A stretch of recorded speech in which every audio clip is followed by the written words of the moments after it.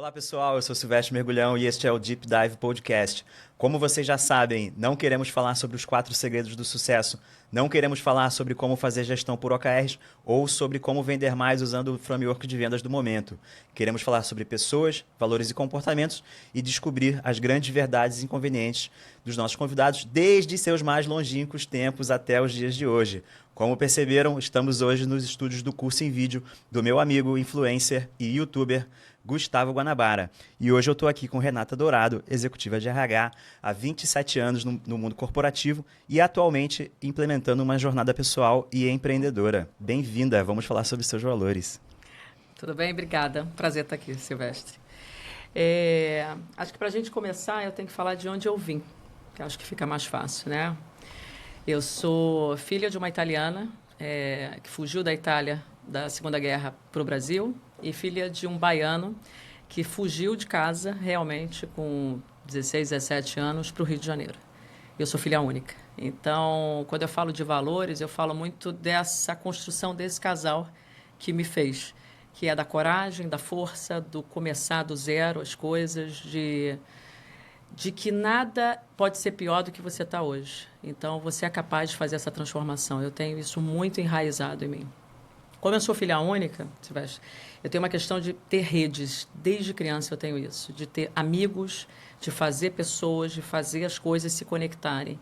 Por exemplo, eu tenho uma característica e valor muito forte de unir pessoas muito diferentes que, se eu não fizesse essas pessoas nunca se encontrariam na vida. Então, eu tenho amigos de 30, 40 anos que são amigos hoje de pessoas que trabalharam comigo ou estão trabalhando ou que eu encontrei, por um acaso, no decorrer da minha vida. Então, acho que quando eu falo de coragem, força, unir, autenticidade, são valores muito fortes para mim. Assim. E, em paralelo, um bom humorzinho que eu tenho. Eu sou um pouquinho ácida, então eu acho que isso é uma característica, muitos amigos meus falam isso, mas isso permeia muito a minha vida, para me dar força, para me dar leveza para as coisas que eu quero fazer para frente. Uhum. Então, você falou sobre conexão, é isso? Conexão, unir pessoas, coragem, força, essa coisa de... Eu não tenho medo das coisas. Dá outros exemplos de coragem. Ser uma mãe solo com um filho atípico. Eu acho que é a coragem de uma pessoa que com 40 anos decidiu ter um filho e a mãe solo de uma criança com deficiência.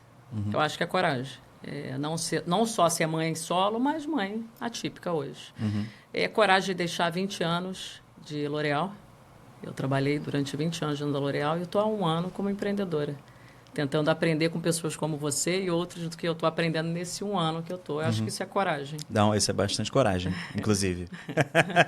Tem um pouquinho. Dá medo, eu não posso dizer que eu não tenha medo, mas o medo não me paralisa. Uhum. Ele me dá força para seguir, porque eu acho que tem coisa legal lá na frente. Sim, exato. Mas deixa eu voltar na conexão, porque a conexão é um que sempre me pega bastante, assim, porque eu tive num passado mais distante,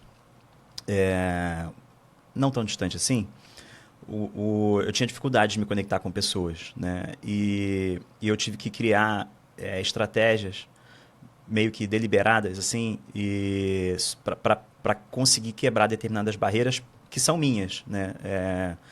E é engraçado que hoje as pessoas olham para mim e falam que, não, mergulhão sempre foi assim, super natural. Mentira.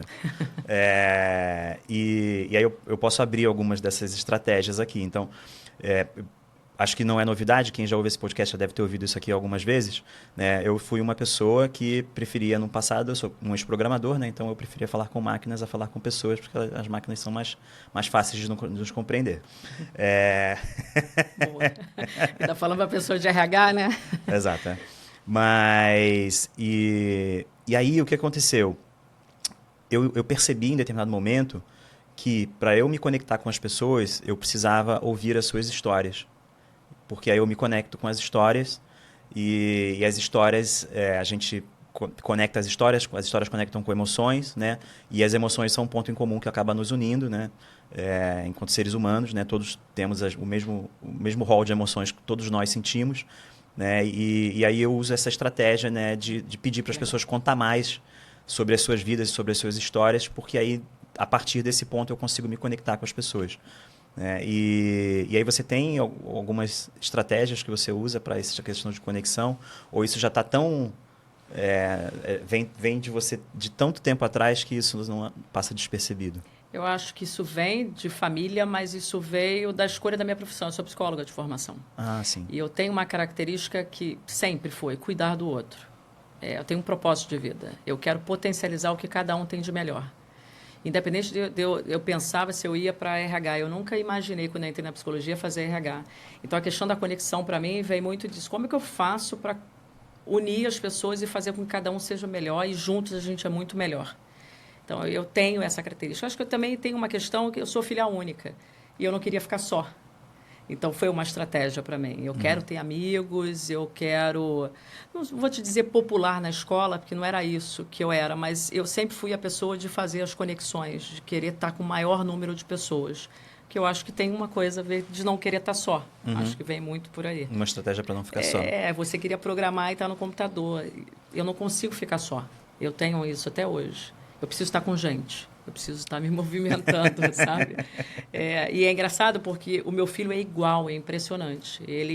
Final de semana ele chega, ele pergunta com quem a gente vai estar no final de semana, para onde nós vamos. Não existe ficar em casa. Não existe ficar em casa no sofá? Muito difícil, muito difícil. Quando eu fico, acho que eu fico mal.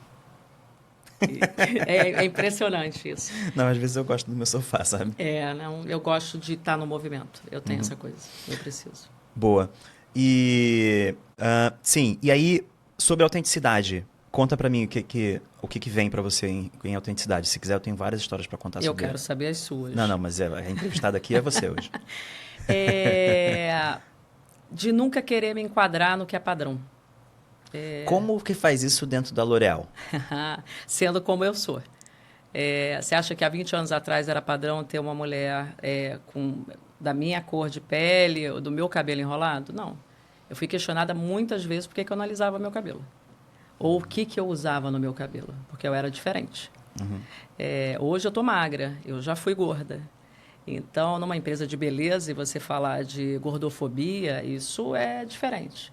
Mas eu não me encaixo nesses padrões. Eu não vou mudar meu cabelo, não vou mudar a minha forma de ser, porque eu tenho que me enquadrar nisso. A L'Oréal tem que ver beleza, e acho que ela viu beleza no que eu tinha para dar, e eu entendi a beleza também de ver a diversidade nesses outros perfis. Não é fácil esse caminho, porque nem sempre todo mundo te compreende. Mas eu não deixo de dizer o que eu penso, Silvestre. Boa, tudo bem. Não ficou 20 anos lá à toa, né? Não. Mas é difícil. Tem coisas que eu errei no caminho, no tom, e tem outras coisas que eu super acertei e sou reconhecida por isso. Boa. Tem alguns exemplos desses que você possa dar? Tem tantos, eu fico pensando. Acho que até a saída de lá, a forma como eu acho que eu conduzi isso pensar nisso durante 2 anos antes de eu sair. Isso tem a ver com um pouco com... Foi estruturado, foi organizado? Foi organizado. Foi uma coisa já casada de que estou fechando meu ciclo, mas a gente fez isso em 2 anos, em 1 ano e meio. Então, acho que muito do meu jeito de ser. E de querer fazer as coisas da forma certa pelo cuidado que eu tenho com o outro. E não querer sair abruptamente. E não querer ser saída abruptamente. Tem os 2 lados. Boa. Mas em projetos, dizer o que eu penso, deixar claramente isso não vai dar certo e saber que isso não vai dar certo. Contratar gente que não é o perfil. Vou te dar um exemplo.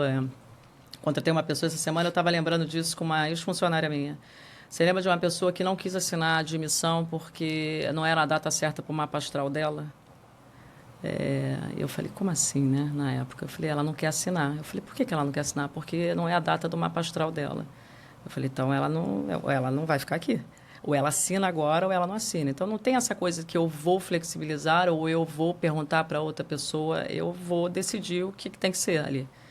E do meu jeito, fui falar com ela e eu sabia que aquilo ia dar errado. Falei com o gestor, isso não vai dar certo. Não, mas vamos trazê-la. Não ficou, o mapa astral deu errado. Entendeu? Ela não estava... Confirmou. Confirmou Que realmente naquela data ali não ia dar certo. Não era o momento, não ia dar certo. Ficou pouco tempo. Ficou pouco tempo. Mas tudo bem, você quer arriscar? Arrisca. Mas eu documento as coisas, eu digo claramente, isso não vai dar certo. Bom, eu que trabalho também, né, com gente hoje, né, diferentemente do passado, que eu preferia trabalhar com máquinas, mas, enfim, a gente sabe que o fit cultural ele tem uma questão importante e determinadas coisas a gente não pode abrir mão dentro da empresa, porque a gente sabe que quando tem compatibilidade de valores não vai dar certo. Não. E aí não tem jeito. E você tem que entender, não é a empresa que tem que se adequar. A empresa está muito claro qual é o DNA dela, qual é a cultura dela. É você entender que você vai se adequar ali.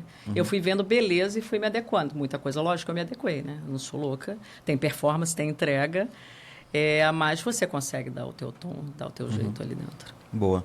E nesse meandro todo de valores que você comentou aí, já apareceram algumas mad skills, habilidades fora da casinha, né? Habilidades que a gente pode eventualmente trazer de outras áreas, de outras atividades da nossa vida para o nosso âmbito de trabalho.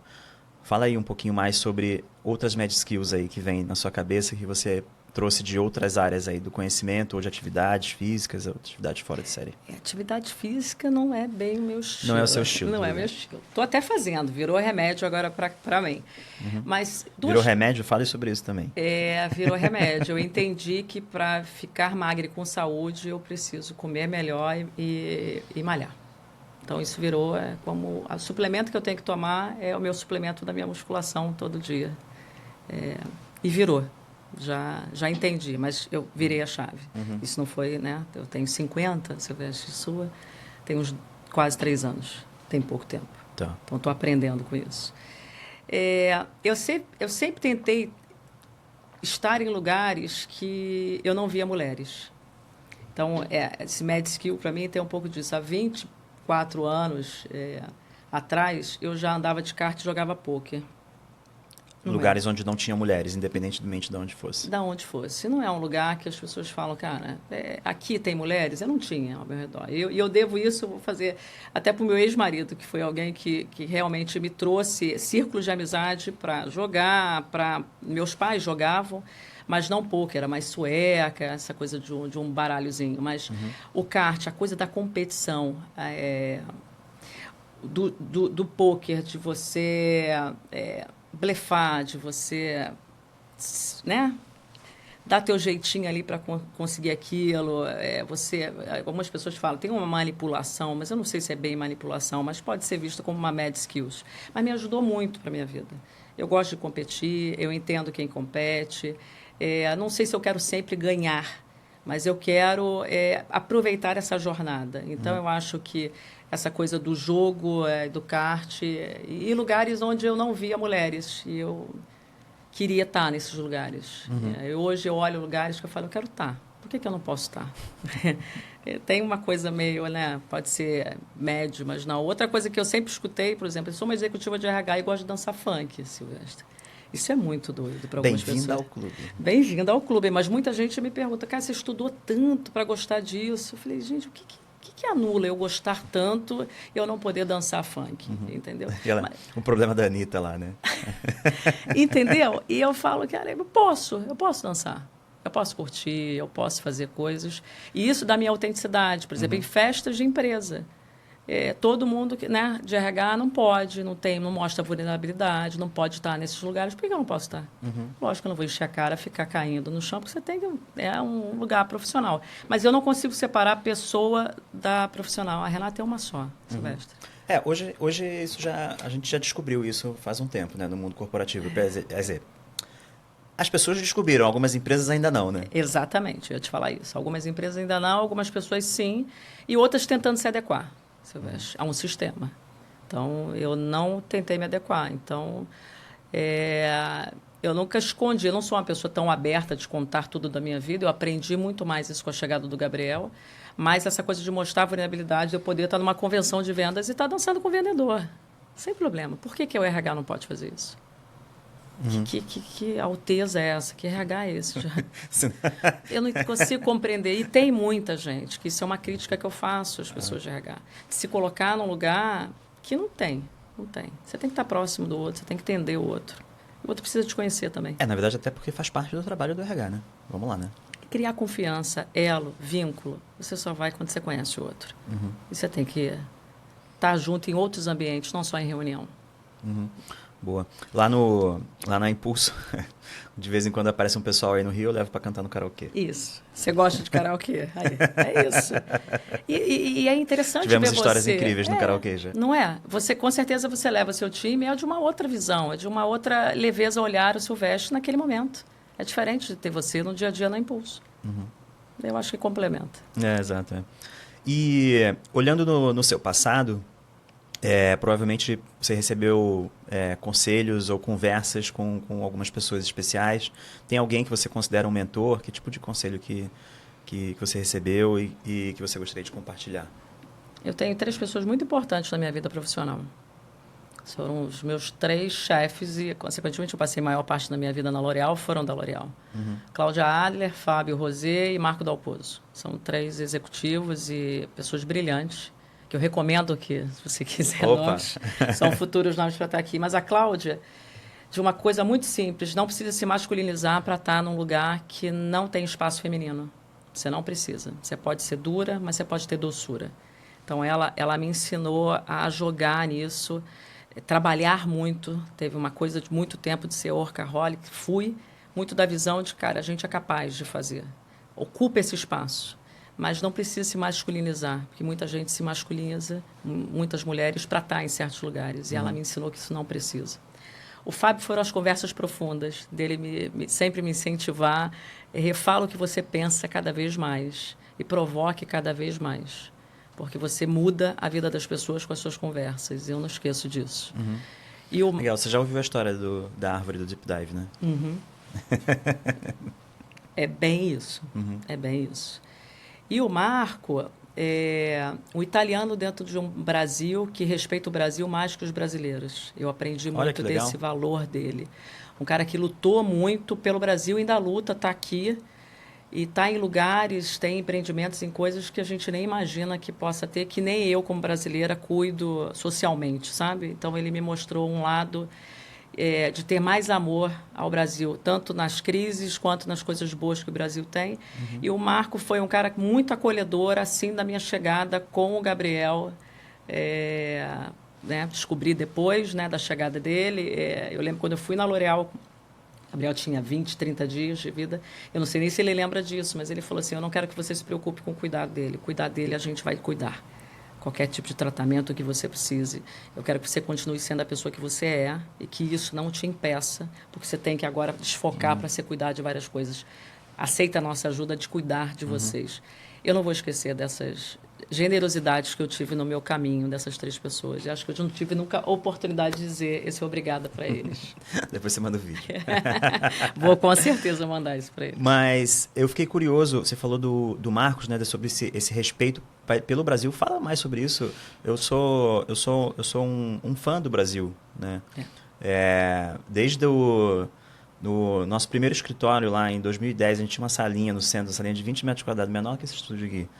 E eu sempre tive a bandeira do Brasil pendurada no escritório.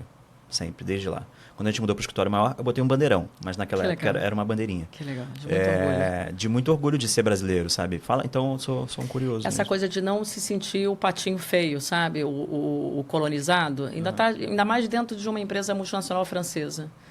Então, o Marco, ele quis levar a todos os ventos e para todo mundo, principalmente fora daqui, o que era o Brasil. Principalmente para os franceses entenderem, que tem valor, que tem potencial, que tem gente muito boa aqui. Então, a cada reunião, ele falava do Brasil, ele dava todo um contexto político sobre o Brasil.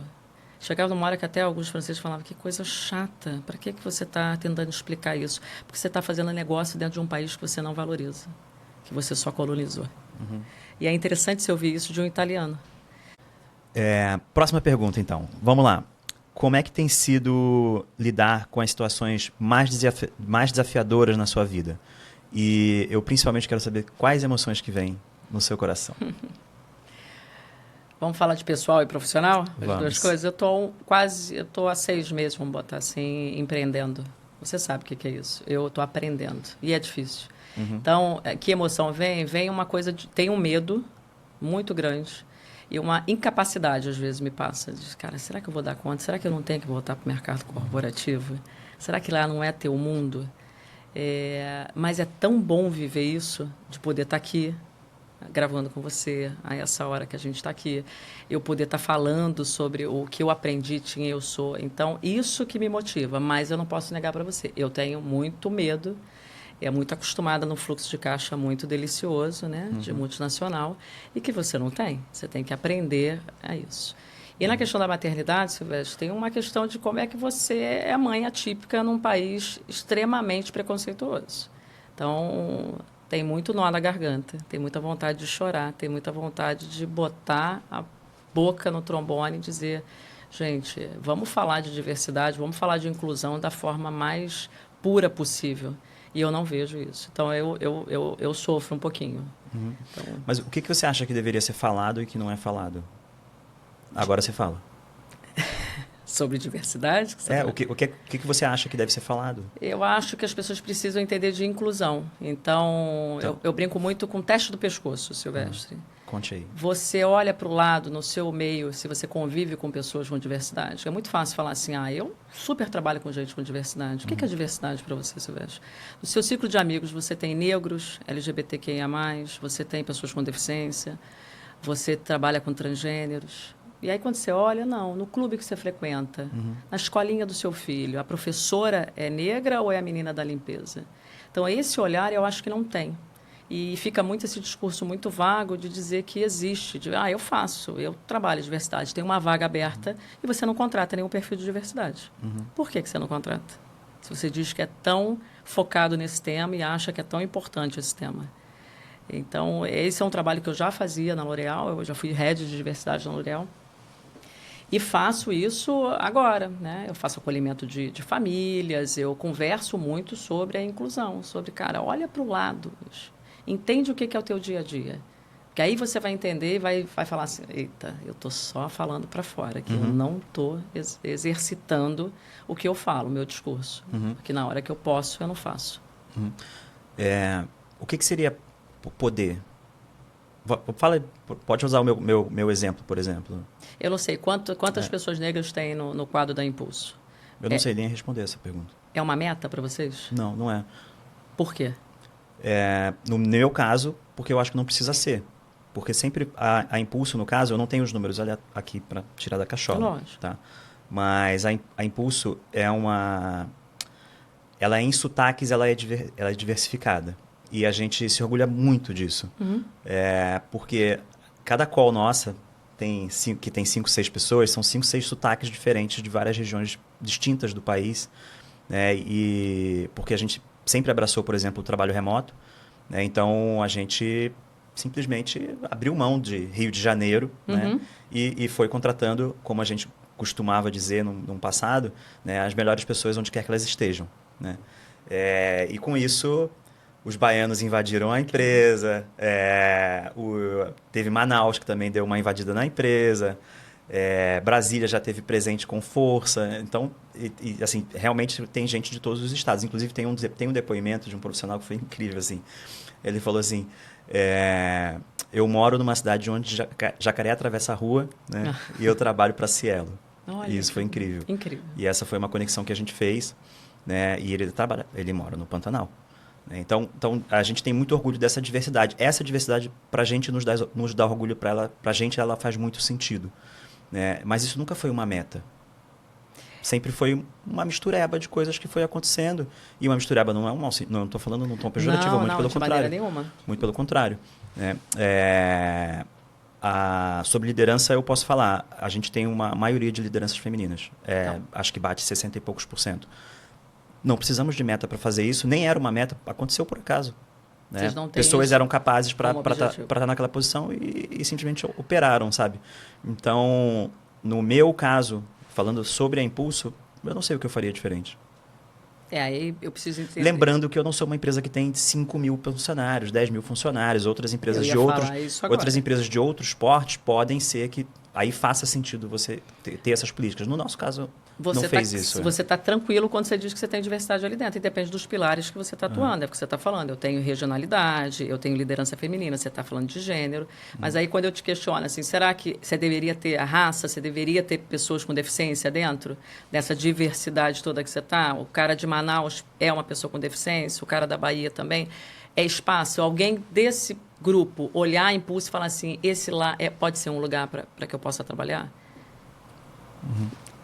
A gente precisa falar, eu falo muito disso, a gente precisa falar, tem que ver, tem que fazer sentido com o negócio, não é ter a meta por ter meta, Silvestre, mas eu acho que a gente precisa representar a sociedade dentro das empresas que a gente atua.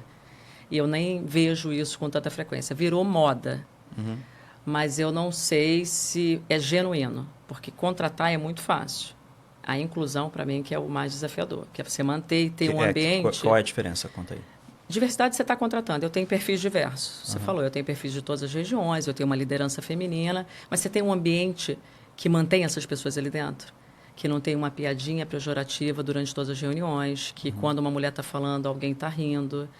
É remoto hoje. Você está numa empresa que é 100% remota, que eu acho fantástico. Você pode realmente ter um PCD trabalhando de cadeira de roda e você não precisa adaptar o seu escritório para isso. Ele pode estar lá. Isso ser uma forma de inclusão dele. Mas tem empresas que querem contratar a pessoa de cadeira de roda e não tem um banheiro adaptado, Silvestre. Então não adianta você querer contratar a pessoa de cadeira de roda. Ela não vai ficar. Ou ela não vai nem chegar até lá. Então não adianta querer um número por ter um número, porque virou moda. Então, e aí eu não acho que é genuíno. Entendi. Entendeu? Entendi, não sei se eu fui claro. Não, fez sentido, fez sentido. É mais E aí, você falou de outra emoção, do medo, né? Quando você falou sobre empreender, né? E o medo o medo é paralisante, né? Como faz para vencer a paralisia do medo? Ele me impulsiona, porque essa sensação me tira do conforto, sabe? Eu falo assim, cara, eu não posso parar com isso aqui. Eu preciso fazer alguma coisa. Eu decidi estar fazendo isso. Então, eu preciso encarar esse medo. Eu acho que tem uma coisa, eu sou um pouco impulsiva. Traduz impulsiva. Se eu tiver que fazer uma coisa agora, assim, eu sou capaz de fechar. Vamos pular de Asa Delta agora, Renata. Se não tiver nada, agora à tarde, de repente eu vou com você. Pular de Asa Delta, aí você não vai me convidar? Eu não vou. Mas poderia, e eu vou pensar em 1 minuto e eu vou falar assim, cara, acho que eu tinha vontade de fazer isso e ele está me convidando e eu vou embora. Eu não vou pensar 2 vezes. Mas eu quero dar tempo para isso maturar, porque ninguém vira empreendedor da noite para o dia. Eu estou falando, são 6 meses, vai dar quase 1 ano. Eu preciso deixar isso maturar. É esse time que eu acho que às vezes eu entro nessa coisa de caramba, vamos embora, vamos fazer outra coisa, Renata. Você não está aguentando ficar esperando isso dar certo, né? Então, deixa eu te contar. Me conta. Que eu já estou aqui há mais tempo. Então, dá trabalho. Então. As coisas não acontecem da noite para o dia. E vai dar um monte de merda. Mas o mais delicioso é dar essas merdas. Mas como você está preparado para isso? Esteja preocupada com o seu contrato social também, super importante. Coisas práticas da vida que você precisa resolver no começo. Boa. Fica aí a dica aí, ó. Ficou a dica, deixou a dica. Boa. Mas é verdade. Mas é muito comum a ansiedade da gente querer que as coisas sejam mais rápidas do que elas efetivamente têm possibilidade de ser. E aí não dá para acelerar. Não dá. Quero dar uma proposta agora e até amanhã está fechado o negócio. Não é assim. Não é assim. Então acorda, Renata. Né? É isso que eu falo para mim todo dia. Exatamente. Definitivamente não é assim. Mas vamos lá. E o que você pensa aí sobre cuidar de si mesmo antes de cuidar dos outros? É um pouco de egoísmo colocar a máscara nos outros antes de você? Como eu te falei, eu tenho como valor cuidar do outro. Meu propósito sempre foi de vida. E eu cuidei mais do outro que de mim. Isso foi um problema? Isso foi um problema. Tá. E eu aprendi isso com a chegada do Gabriel. Eu precisava estar bem para poder cuidar melhor dele. Então, ele me ensinou. Ele me deu uma sacudida no sentido de que, cara, amiguinha, se você está mal... Ele foi o literal da máscara do avião, né? Total. Você põe essa máscara aí para eu respirar melhor depois. Você tem que acalmar. E ele me põe no prumo nesse sentido. Mas antes, não. Eu cuidava do outro. E aí é o que eu te falo.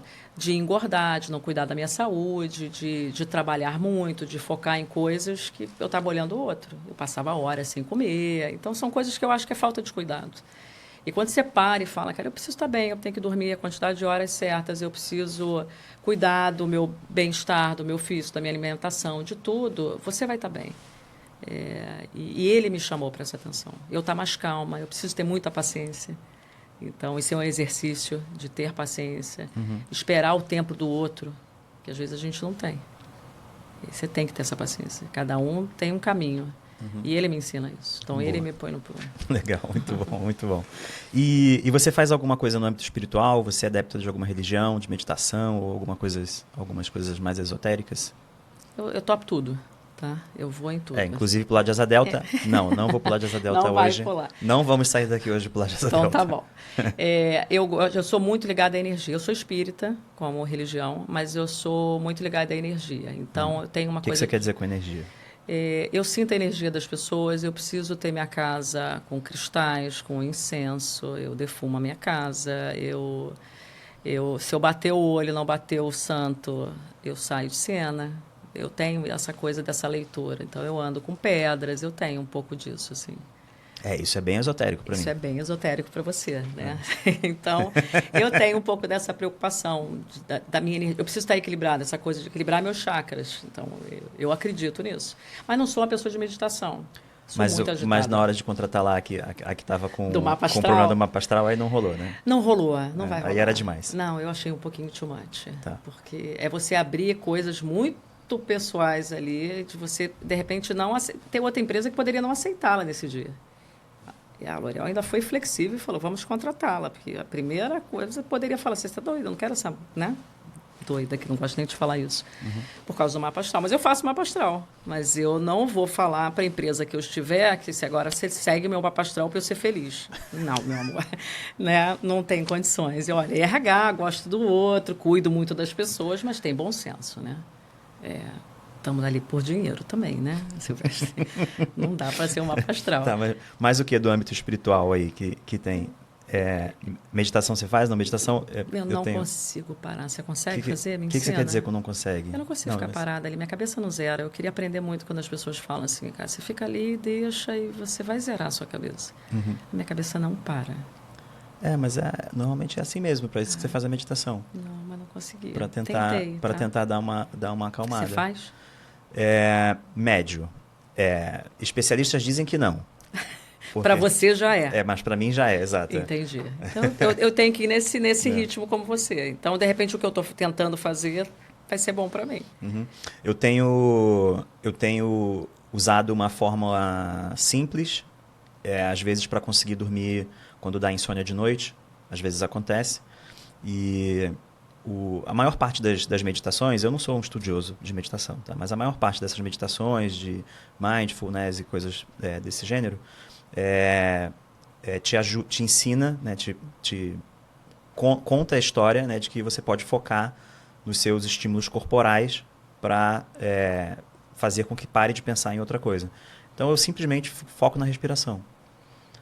De noite, estou na cama, estou sem dormir, aí eu paro 5 minutos ali, fico só inspirando e expirando e tentando pensar assim, estou inspirando, aí entrando ar frio, estou expirando. Aí alguns dizem que dá para sentir o ar quente saindo, eu não sinto o ar quente saindo, mas eu sinto o ar gelado entrando, então eu penso, ar gelado entrando, ar saindo, ar gelado entrando, ar saindo. E quando eu estou fazendo isso, eu não consigo pensar em outra coisa. Aí quando eu vejo, acordei no meio da madrugada depois de um sonho para ir no banheiro fazer xixi, aí eu pensei, dormi. Deu certo. Vou tentar. Eu então, uso óleos essenciais quando acontece isso. Não sei se você usa. Já usei no passado. Conte aí sobre os seus óleos essenciais. Faz parte do âmbito espiritual. Faz parte. Então, para acalmar, eu uso. Com aquele negocinho que sai aquela difusor ou no meu travesseiro para dormir. Às vezes eu ponho. Tanto para mim quanto para o meu filho. Tá? Ou quando está resfriado, eu passo na sola do pé. Eu uso bastante óleo essencial. Mas aí tem dezenas, né? Tem centenas, talvez, milhares, quem sabe, né? Aí tem alguns que são específicos para acalmar. Lavanda. Tá. Eu gosto de um peppermint, um melaluca. Tem alguns, eu tenho. Tem um kit de kits que eu já comprei para meu filho. Ele já pega e passa para ir para a escola. Ele já sabe. Ele já sabe e tem o meu ali. Ele está bem doutrinado nisso também já. Legal. E quais foram os momentos aí, ou os momentos em que você virou a chave para determinadas coisas e disse, não, eu sou capaz, eu vou lá e vou fazer isso aqui, independentemente da opinião alheia, né? Que normalmente a gente é muito julgado criticado, julgado, né? pela opinião alheia. E momentos em que aquela frase não sabia que era impossível, foi lá e fez. Quando eu decidi ser mãe solo, Todo mundo falou que eu era maluca. Isso foi deliberado mesmo? Foi. Tá. Foi. Doida. A tua cara por aí. Não sei. Eu não sei opinar, na verdade. Mas eu ouvi de muitas pessoas. Cara, que loucura. Você vai dar conta? Eu falei, não tenho a menor ideia. Eu vou ver quando nascer. Vamos ver. E eu estou dando conta. E foi a melhor coisa que eu fiz na minha vida. Uhum. Agora, muitas críticas que eu recebi e ainda me questionam muito é de eu ter saído do mercado corporativo. Por que eu estou fazendo isso? Num Brasil com a economia instável, blá, blá, blá, mulher. Então, eu escuto umas coisas que eu falo, cara, tá dando certo. Estou fazendo mentoria, coisa que eu mais gosto de fazer. Estou cheia de clientes. Tem cliente pintando para fazer consultoria. Eu estou com a minha sócia na Cyber Talent. As coisas estão surgindo. Uhum. Mas tem muita gente que fica, caramba, você tem certeza? Aí vem aquele medinho assim. Uhum. Eu falo, tenho, absoluta. Lá na minha cama, às vezes eu falo, caraca, vou ou não vou voltar? Mas eu acho que foi a melhor decisão que eu fiz até hoje. Não, mas as pessoas elas podem fazer perguntas, né? Elas não necessariamente estão te criticando por fazer uma pergunta, né? Às vezes não é pergunta, às vezes é falar, você é doida? Isso pra mim não é uma pergunta, né, Silvestre? Tá você bom. é doida? Como largar o mundo corporativo? Não, eu tive vários desses momentos na história. Alguns eu contei, inclusive, nesse estúdio, quando eu gravei pro podcast de Guanabara, né, que fala sobre a experiência. Né, e aí virou até a chamada do podcast, assim, pedir demissão da Globo. Quando...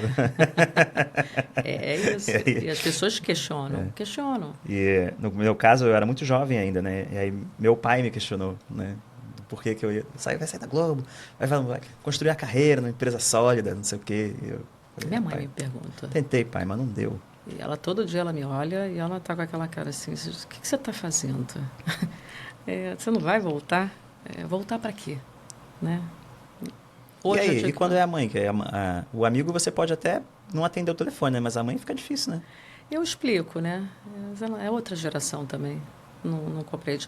Eu sou de uma geração e dela, principalmente, o trabalho dignifica, né? Era muito isso, né? Tem que trabalhar, isso é muito importante, são os bens que você adquire. E eu já não romantizo o trabalho de maneira nenhuma. Mas para ela é essa coisa, caramba. Entendi. Como é que você dá conta, né? De estar fazendo um monte de coisa, mas não estar no escritório, sabe? Estou trabalhando em casa. Para ela é muito esquisito eu estar em casa. Isso pode ser esquisito para alguns, de fato. Para alguns, eu estou achando ótimo. Não, mas é porque você falou da sua mãe, né? Assim, tirando esses momentos, que isso faz muitos anos, essa história da Globo, né? Depois meus pais entenderam que meu rolê era outro, sabe? E eles me apoiaram sempre em todos os rolês que eu fui fazendo, né, ao longo da vida. Né? Então, hoje, eles, assim... Não vou dizer que eles sabem exatamente o que eu faço, não é isso. É isso. Mas eles sabem que eu estou trabalhando lá. Né? Tem um trabalho sendo feito e com certeza. Não é um trabalho menos digno ou qualquer coisa. Não, ela me apoia, mas ela não compreende. Tá. Ela acha mais fácil o que ela viu ontem, o que ela viu durante 27 anos. É isso. Meu filho, às vezes, se assusta. Que você tem esse período de férias definido e tudo mais. Bem-vindo ao clube, agora você não tem mais período de férias definido. Não tenho. E meu filho já perguntou, vamos para onde? Aí você falou, quando? Porque se eu for nesse momento, aí eu não ganho dinheiro. Como faz? É exatamente isso. Exatamente isso. Bem por aí. Aí vira... Você gosta. Aí vira outra coisa. Vira outra coisa. Não, mas eu acho divertido, porque, de fato, o que eu acho importante, assim, você falou do medo, né? E sobe sobe aqui aquela sensação, aquela sensaçãozinha que a gente não sabe aqui onde é que está exatamente, né? Mas dá um negocinho até na garganta, assim, né? Então dá essa sensação. Só que o medo pode se transformar na surpresa, né? De você achar que, não, beleza, eu tô com medo aqui, mas vamos ver o que eu vou descobrir aqui. Qual é o que dá para descobrir de novo. Né? Que aí é esse poder exploratório, né? E aí você consegue transformar o medo em outras emoções. Então, estou nesse processo. Esse aqui é o... Estou nesse processo. Esse que é o Vamos lance. conversar mais. Vamos. Bom, estamos no Deep Dive, temos tempo. Vamos lá. O que fazer com os ativistas do sofá que querem proteger as baleias e as tartarugas, mas não conseguem pagar nem... Eu estou até lendo isso aqui, porque é muito maravilhosa essa pergunta. Essa pergunta é maravilhosa. Vamos lá, de novo. O que fazer com os ativistas do sofá que querem proteger as baleias e as tartarugas, mas não conseguem pagar nem as próprias contas com o seu trabalho? Olha. Vamos tocar em mais essa polêmica.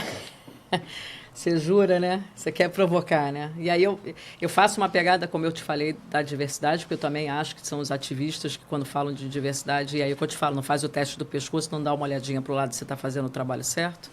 Mas é muito engraçado quando você vê as pessoas, eu estou protegendo as baleias, mas quando vai tomar um drink reclama do canudo, que é biodegradável, e aquela coisa se despedaça, né? Mas você não está preocupado com a tartaruga, com a baleia?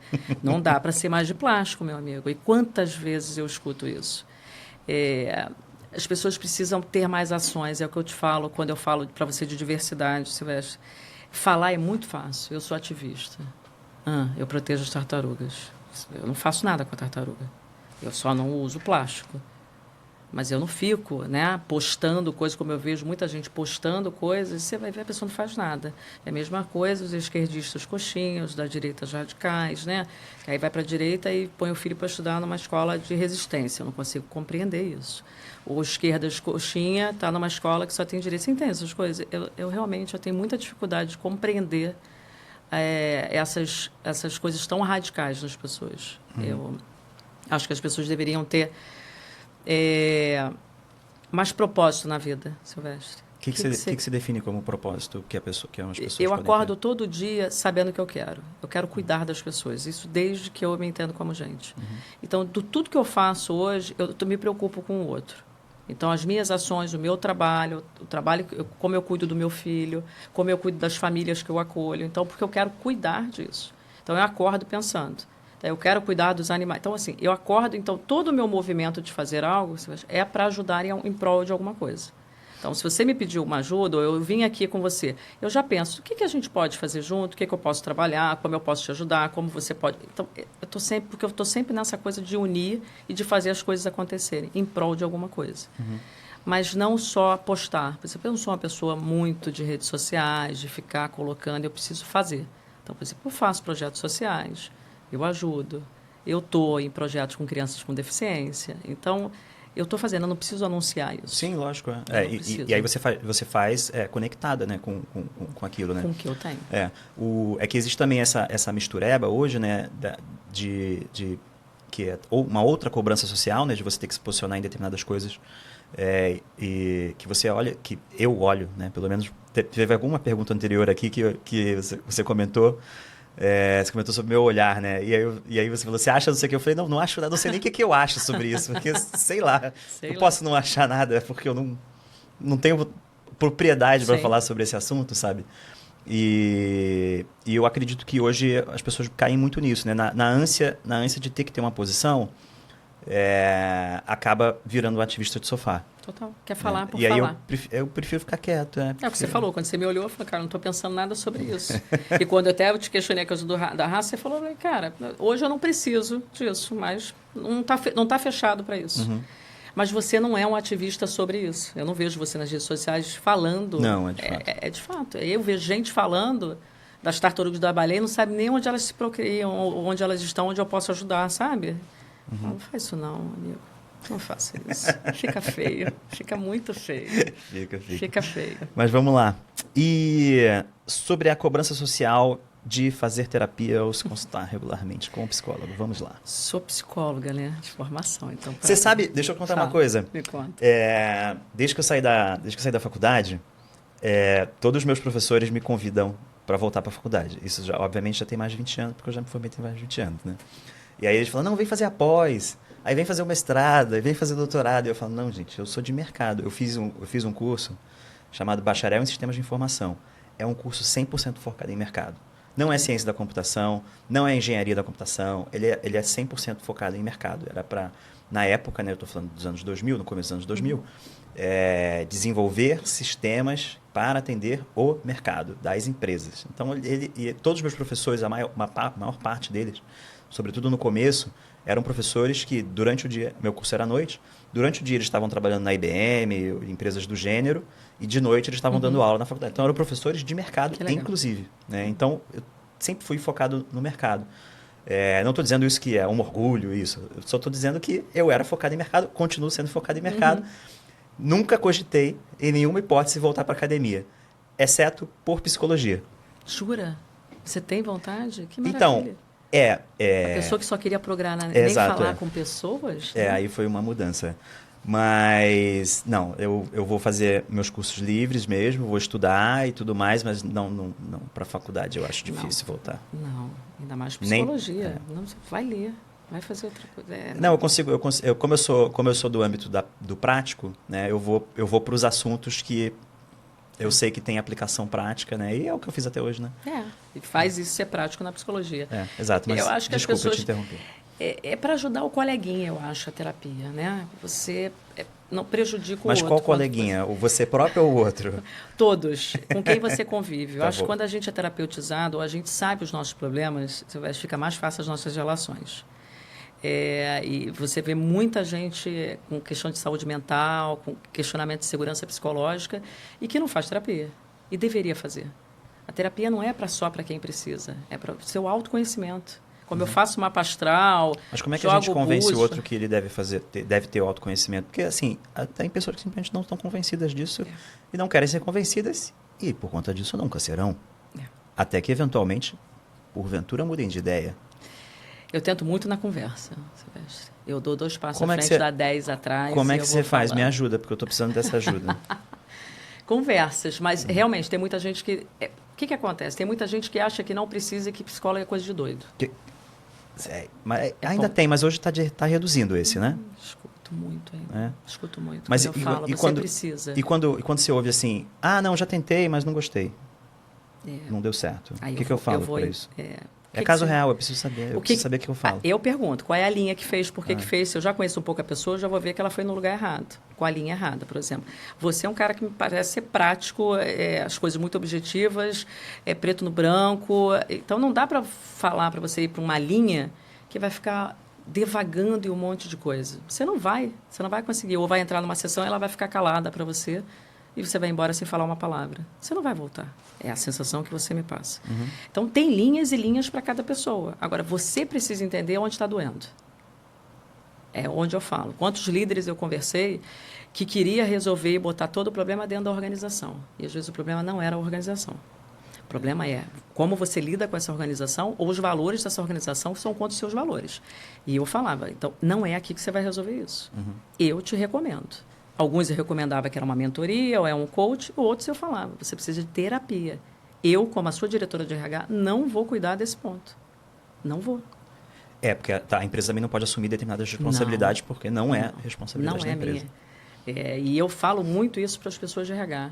Você não faz terapia dentro de organização. Pelo amor de Deus. Isso não é o seu papel. E você tem que separar isso. E a mesma coisa quando eu faço mentoria, eu vejo que está meio banalizada a questão de mentoria, que todo mundo faz mentoria hoje. Não é terapia a mentoria. É uma orientação de alguém mais sênior que está te levando a mercado, a coisa profissional. Não dá para tratar problemas com mamãe e papai ali. E muitas pessoas me procuravam dentro da L'Oréal e outras empresas que eu trabalhei. E é claro que era um problema da pessoa, nada a ver com a organização. Falo 1, 2, 3, 4. Não quer, e o que acontece? Provavelmente essa pessoa não fica. Em algum momento ela vai ser desligada ou vai Ela pedir para vai- sair. Exatamente. Eu falo muito isso, Silvestre. As pessoas são contratadas pela parte técnica, mas são demitidas pelo soft skills, pelo comportamento. Continua, né? E continua. Só que muita gente não se dá conta disso. Eu não sei porque que eu fui demitido. Pensa. Lógico, alguns casos são reestruturações, tem outras coisas. Mas pensa por que você foi demitido. Tem alguma coisa ali. E tem a ver, eu acho assim, vai para terapia, vai te ajudar muito. Agora, tem que achar a melhor terapia. Tá. Eu passei por várias e sou psicóloga. Eu não estou com a mesma desde que eu comecei a estudar. Eu já passei por umas 10 pessoas. Eu hoje posso te dizer que eu estou na que melhor se enquadra na minha realidade hoje. Amanhã eu posso mudar. E a outra coisa pode ser melhor, né? Pode. ser melhor, tá, entendi. Então já entendi que eu preciso pelo menos conhecer mais as linhas Você precisa. da Muito. psicologia para saber o que Com certeza, tem várias. dá para indicar. Exatamente. Tá, entendi. Te ajudo. Vou pensar nesse caso. Vamos lá. Depois de vários itens já potencialmente canceladores, vamos para a pergunta potencialmente canceladora. Será que já não me cancelaram antes, Silvestre? Estou com medo desse cancelamento aqui. Conte aí. Acho que a gente falou muito de RH, né? Me incomoda muito, Silvestre. Não sei quanto é isso para você, não sei nem como é dentro da Impulso, mas quando eu falo assim, qual é teu desafio? Transformar o RH num RH estratégico. Mas ele já não é estratégico para você, por que você tem que transformar ele em estratégico? Eu pergunto, fale mais sobre estratégia. Fale mais sobre o que você quer transformar.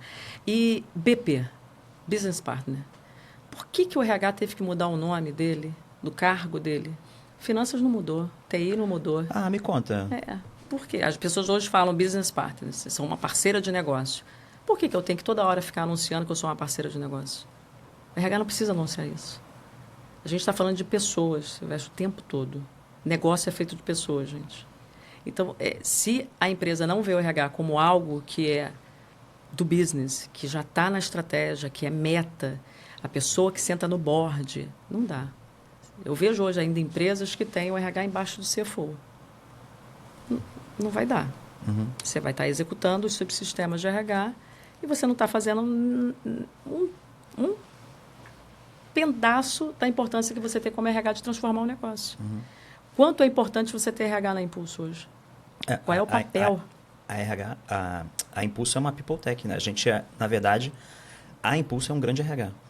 Olha só a tua visão. Você é um cara que veio de desenvolvimento. Uhum. Mas você colocou isso como uma estratégia para você no teu business. Você entendeu que você precisava de pessoas ali dentro. E provavelmente você tem um RH forte, que faz essa máquina acontecer com você. Mas isso é real. A Impulso é uma máquina de RH. Por favor, escutem isso. Quem está escutando para levar. Mas é sério, toda a estrutura ela foi pensada para ser uma máquina de RH. É isso. Não tem como ser diferente, porque esse inclusive é o nosso core business. É o nosso negócio. Conta quantos mais fazem como vocês fazem e outras empresas que você conhece, grande de mercado, faz isso e olha o RH dessa forma. Eu já não sei, né? Não olha. São poucas. Lógico que tem um papel nosso grande de RH de se botar nessa parte. Fazer uma transformação dentro das corporações existentes, total, né? Total. É questionar a organização, é fazer desenho de organização, é pensar nessa organização daqui a 5 anos. Você não pode estar fazendo feijão com arroz aqui. E aí me incomoda essa coisa, eu sou business partner. Tá bom, fale mais sobre isso. O que você está fazendo para mudar essa organização? Porque é isso que interessa. Como você está impulsionando as pessoas a fazer o negócio acontecer? Então, eu questiono um pouco. Pode ser bobeira minha da nomenclatura, mas é que me incomoda porque o RH sempre está chegando... eu sou um RH estratégico. Você fala, eu sou um cara de desenvolvimento estratégico. Não. O CFO, o analista de finanças fala, eu sou um business partner. Não, ele é o analista, ele é o coordenador, ele é o gerente de finanças, o cara de controladoria, o cara de compliance. Ele não mudou o cargo dele para toda hora ficar dizendo, olha, eu sou estratégico. Isso não se fala. Você acha que as pessoas acabaram fazendo isso para tentar se mostrar mais estratégicas? Sim, porque simplesmente por uma questão da nomenclatura, da mudança da nomenclatura. E o RH não era visto assim há muito tempo atrás. Nas empresas que eu passei, né, lá atrás, há muito tempo atrás, o RH normalmente eu via na entrada. E aí depois era DP, né, que é outra coisa. E aí, isso é estratégico? Aí ele tem que estar gritando, olha, eu estou sendo um RH estratégico, mas fazendo DP. Uhum. Eu questiono... DP é burocracia, né? Total. Eu questiono muito. Então, eu questiono e provoco os meus colegas de RH nesse sentido, não precisar falar. E tem uma outra coisa que vai com a diversidade, que eu gosto de falar, que a gente nem falou aqui, de etarismo. Conte. Porque acho que as empresas têm muito ainda, não sei como está lá Impulso, de contratar pessoas 50+. Lógico que eu sou uma pessoa 50+. Mas eu era 40+, e eu já sentia dificuldade de olhar esse mercado dessa forma. Só que eu acho muito engraçado, a gente contrata presidente de país com mais 70. Ele pode governar um país, mas você não consegue contratar um cara de 40 ou 50 na tua empresa porque você acha que ele não tem capacidade, ele não tem ritmo. Exceto o Brasil nos anos 90. Tudo bem. Mas eu não sei o que você pensa, porque eu gosto muito de trocar sobre isso. Por que as pessoas com mais idade ficam com rótulo que não tem pique, que não aguenta dar conta? Elas têm capacidade de se tornar presidente, mas não têm capacidade de ter um papel de gestão dentro da empresa. Não faz sentido. Você não consegue. Eu acho isso muito doido. Então, mesmo a pessoa que diz que não pode... Eu nunca tinha pensado nisso. Nunca tinha feito esse paralelo. Eu faço isso, porque eu olho e falo, cara, olha todos os presidentes que a gente coloca. Não, em geral, no mundo todo. No mundo todo. Então, o cara pode governar... Até os franceses também fizeram um recente aqui, que foi também... Não é, ele é o quê? 30+? Só um parênteses. Ele já é 40 ou é 30? Eu acho que é... Eu não sei. 40. Mas 50 não é? Não, de maneira nenhuma. De maneira nenhuma. Tudo bem que os franceses são esbeltos, mas eu acho que nem ali... Nem ali tem. Não tem 50+, não. Mas por que pode, e na organização era difícil emplacar um cara com 40 ou uma mulher com 40... Falar, não, ela não tem ritmo. Eu ainda escuto isso hoje. De contratar uma pessoa de 50, não vai aguentar. Mas será que tem diferença dos 50 atuais para os 50 de 20, 30 anos atrás? Com certeza. É uma outra geração. Tem, né? Olha, Tem, né? alguém diz que eu tenho 50? Não. Então, eu quando olhava minha mãe com 50, eu achava ela caquética. Mas será que era Muito velha. caquética mesmo ou será que é só um ponto de vista da época? Eu não sei a resposta não, é uma pergunta Estou pensando. sincera. Eu achava minha mãe com uma cabeça mais velha. E quando olhava ela, eu me acho jovial. Eu me será acho que ela com energia. será que ela se achava jovial? Não. Eu não sei. Não, Falando não da minha sei, mãe, não sei dizer. Beagina. Não tenho a resposta não. Não achava. Eu acho que também é uma outra forma dela ver o mundo, de pensar as coisas. Eu acho que eu tenho muito mais energia do que eu tinha com 40. Isso tem sido recorrente, inclusive, né? Nossa, eu tenho um amigo empresário, ele tem 50 e poucos, né? E ele falou para mim uma coisa que, assim, não saiu da minha cabeça, assim. Ele, com esses 50 e poucos, ele falou, cara, nunca me senti tão jovem na vida. E eu falei, caraca, eu quero chegar nessa idade falando eu isso. me sinto assim. Eu estou igual ao seu amigo. Eu me sinto assim. Eu me sinto melhor do que 40. Cabeça, fisicamente, mentalmente.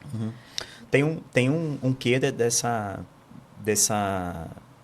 um quê, obviamente, individual seu, da sua característica, da sua formação de psicologia e tudo, né? Mas tem um quê geracional também, da gente olhar e falar, eu estou melhor e não se colocar numa direção de estou indo para a morte, né? Mas colocar numa... Eu ainda tenho disposição para fazer muita coisa legal aqui e impactar o mundo de forma positiva, né? Total. Não é um... Meu plano é viver até 100, Silvestre. Eu não sei se eu vou chegar tão longe. Eu quero. Acho que tem um lado pessoal meu, porque eu quero estar o máximo possível com meu filho e preparar ele para estar aqui sozinho, sem eu estar junto. Mas eu quero viver. Eu estou na metade da minha vida. Tem 50 aí. Vamos embora. Eu quero pro lado de Asa Delta. Então, eu quero fazer coisas que eu não fiz ainda. Beleza. Eu já estava considerando que eu tinha chegado na metade, porque eu já... Oi. Tô ok. Não, eu quero... Mas beleza. Quem sabe quando eu chegar nos 50 eu mude de ideia. Vamos ver. Vamos falar sobre. Que experiência de fracasso você quer compartilhar com a gente e como é que isso te ajudou a te moldar como líder? Acho que